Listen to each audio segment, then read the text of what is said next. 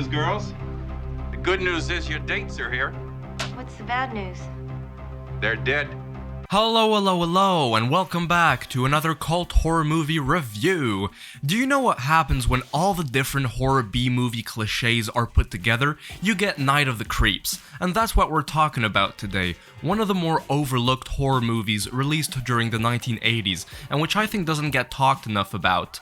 I mean, who could forget Tom Atkins playing a hard-boiled, gritty detective who looks like he comes straight out of a film noir?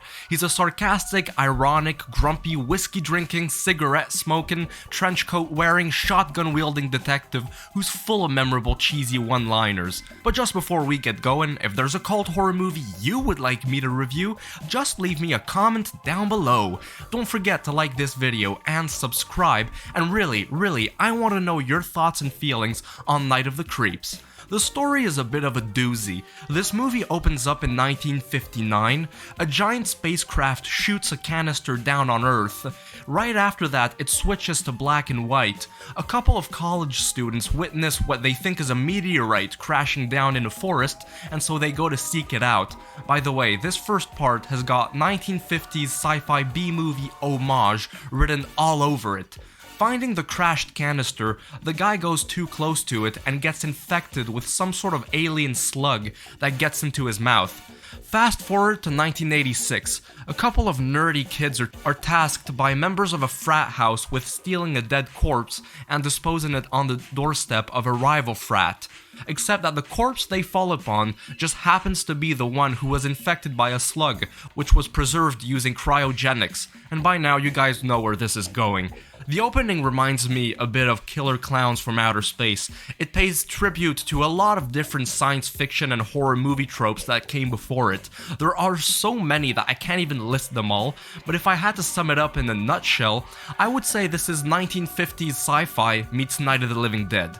Director Frank Dekker must have been a huge fan of Plan 9 from Outer Space, because at the beginning, there's a girl asking her friend if she's seen the movie, since it also came out in 1959. And it's also shown on TV where an elderly woman is watching it. Ed Wood must have been smiling from heaven seeing this movie come out. Honestly, Night of the Creeps is a good enough film. It's not perfect, but it delivers a lot of goofy fun. It's got an undeniable charm and made me giggle for most of the viewing. I think we can all say that the star of the show, like I said, is Tom Atkins, the same actor who appeared in John Carpenter's The Fog. He stars as Detective Ray Cameron. You just don't forget a character like that. Well, especially since the other characters don't stick out like he does. There's a weird story in the story surrounding this guy. In 1959, he was a rookie cop on the case when an axe murderer was running loose, and one of his victims was the girlfriend of the kid who got attacked by an alien slug. Yeah, it all starts to make sense now. Atkins has even stated that Night of the Creeps is his favorite movie he's ever done, even though he's been pretty prolific. He's really enjoyed working on it, and I really enjoyed watching him play Detective Cameron. It has its share of gore. The only way to kill a zombie in this movie is to blow open the head and then burn the slugs that are inside the brain using a flamethrower. Ugh. I do think it could have used more action though, in my personal opinion. I was hoping that there would be more of it. For those who have already seen it, that's the reason why Fred Dekker included the tool shed scene.